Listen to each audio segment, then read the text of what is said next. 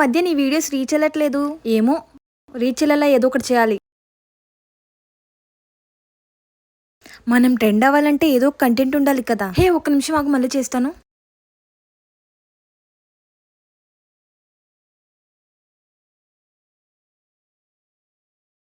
మోహన్ బస్సులో కనబడుతున్న వీడియో నీదేనా? వస్తా కాదండి.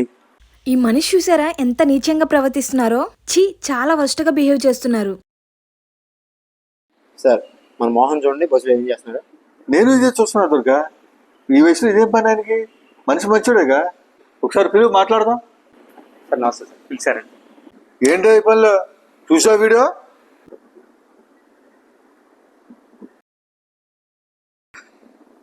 సార్ నాకు నిజంగా తెలియదు సార్.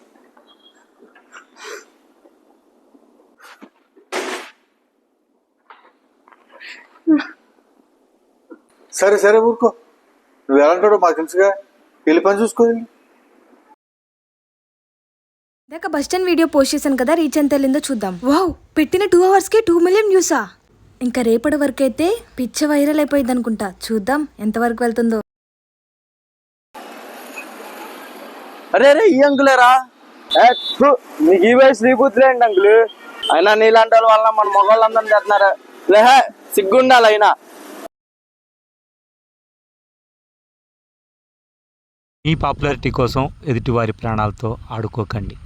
అది ఆడవారైనా మగవారైనా.